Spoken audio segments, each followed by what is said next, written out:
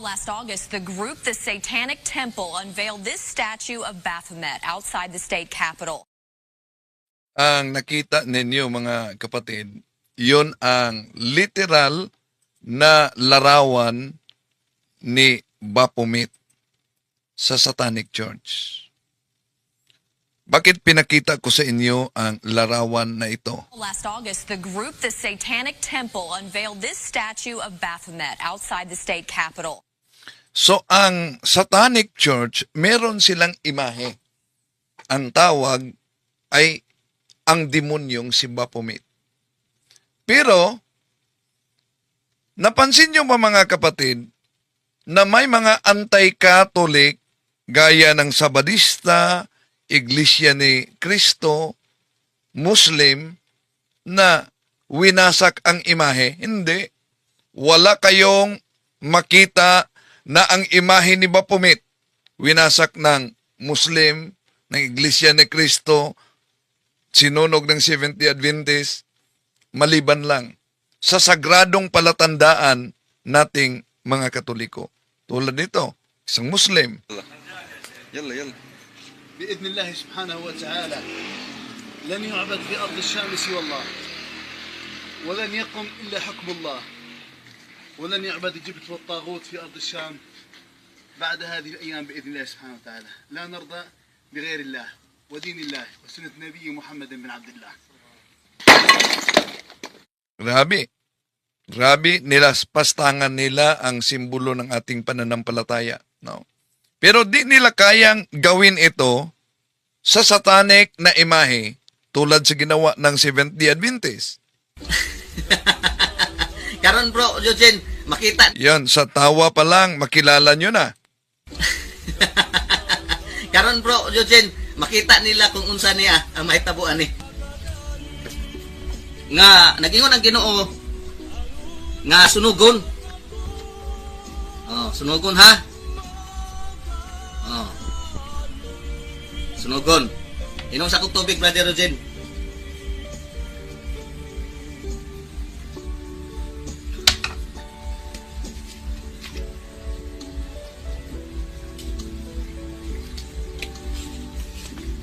Pinaghan, Brother Ito Eugene. ay Seventh-day Adventist mga kapatid.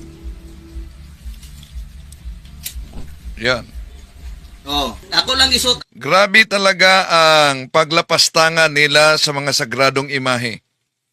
Pero sa larawan ng Satanic Church na nakita ninyo tulad sa imahe ni Baphomet, bakit kaya di kayang wasakin ng mga anti-Catholic maliban lang sa mga imahe na nagpaalala sa banal nating pananampalataya?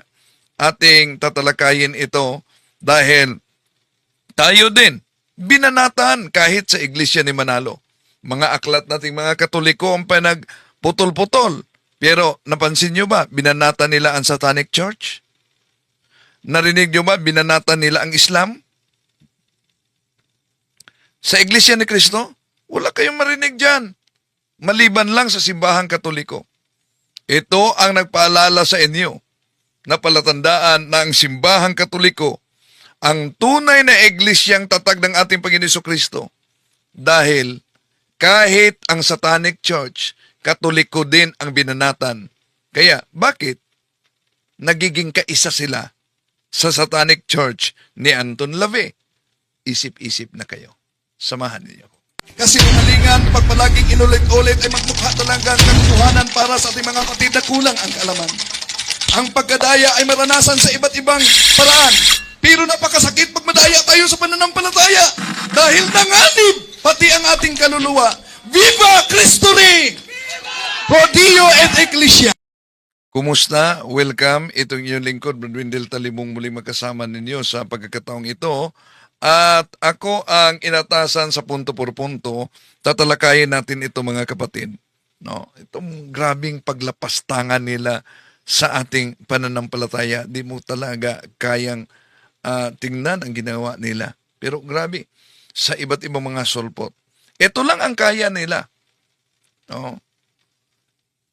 Narinig nyo ba kahit ang Iglesia Pilipina Independente na parang magkatulad, magkamukha kung tingnan sa simbahang Katoliko. May mga larawan sila, may pare. Pero narinig nyo ba? Binanatan ba yan ng Iglesia ni Cristo, ng Muslim, ng Seventh-day Adventist? Hindi. Katoliko ang kanilang sentro. At may iba pang sikta, natatag dyan sa Pampanga, na parang Katoliko. Kung tingnan, pero di nyo narinig na may mga ministro sa Iglesia ni Cristo na binanatan ang aral natin. Pero bago dyan, mga kapatid, binanatan yung aral nila. Bago dyan, inanyayahan natin, huwag kalimutan, binantulong sa ating channel na mag-subscribe, i-like ninyo mga kapatid, mag-subscribe sa mga bago pa lang, at pindutin ang bell button, mag-comment at i-share. So, ano kaya sa palagay ninyo?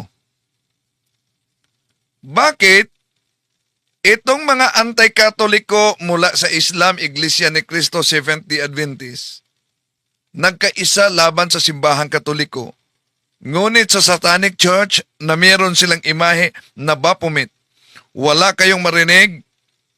Di talaga ninyo marinig na binanatan ng mga anti-Katoliko itong imahe ni Baphomet at winasak nila. So, ang tabayanan ninyo, ito ang ating tatalakayin mga kapatid. At welcome muna natin ang mga pumasok sa pagkakataong ito. No? Ang tabayanan niyo, yan ang ating apaksa ngayon sa punto. Por punto. O si Papa Enoch first, watching from Davao. Si Juanito Alunan. Si kapatid na Shadow Kun. Si Iron, hello. Bro, kapag ba mangungumpisal tulad ng kalaswaan ay kailangan talagang detalyado kung nung nangumpisal ako sa pari, di na niya ko pinaisa-isa. Sabi niya, humarap daw ako sa confess. Okay. So, una, pwede namang sabihin kung kailan ka nagsimula, lalo na kung addiction ng addiction of lust. So, ilang taon na yan, pwedeng ganyan. No? Di isa-isahin na, pero kailan nagsimula? Okay. Si kapatid na Shadow Kun, sabi niya, kakampi nila si Baphomet, si Adelphin Rabago, Salvador Asis, si Papa Enoch, Noto Marco, grabe Marco Bita talaga, si Rosel Borlat. Good evening, Bro Wendell. Watching from Quezon City. Protect us all Catholic. Si Emily Suarez. Good evening. Si Mildred Kalibho dyan sa Malay-Balay Bukidnon. Si Crusader. Good evening, Bro Wendell. Solid 87 Bunyog. Pagkakaisa party list kami. Kahit binigyan ng vote buying pa sila ng 50 trillion sa amin. Crusader, samahan mo ang mga makasalanan na movie, Bro Wendell, okay. Samahan ng mga makasalanang movie. Si Warren Pamuhot, good evening bro. Si Mary Manato, dyan sa Macau. Si Virginia Edo Loberio. Okay. Ipaabot ko maraming salamat nila ni kapatid na Ginny Mauricio. No, maraming salamat kapatid, at ni